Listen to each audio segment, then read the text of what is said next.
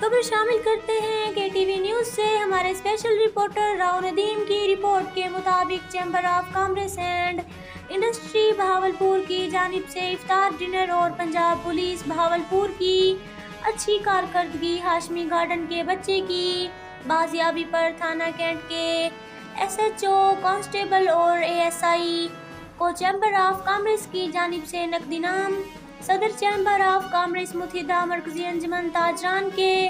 مرکزی صدر محترم جناب حافظ محمد یوسف صاحب نے دیے۔ تقریب کے مہمان خصوصی ڈی پی او بہاولپور جناب عبادت نثار صاحب اے ایس پی صاحب تھے۔ افطار ڈنر میں بہاولپور تاجران کے صدور چیمبر آف کامرس کے سابقہ صدور ممبران اور متحدہ مرکزی انجمن تاجران مبارک پور کے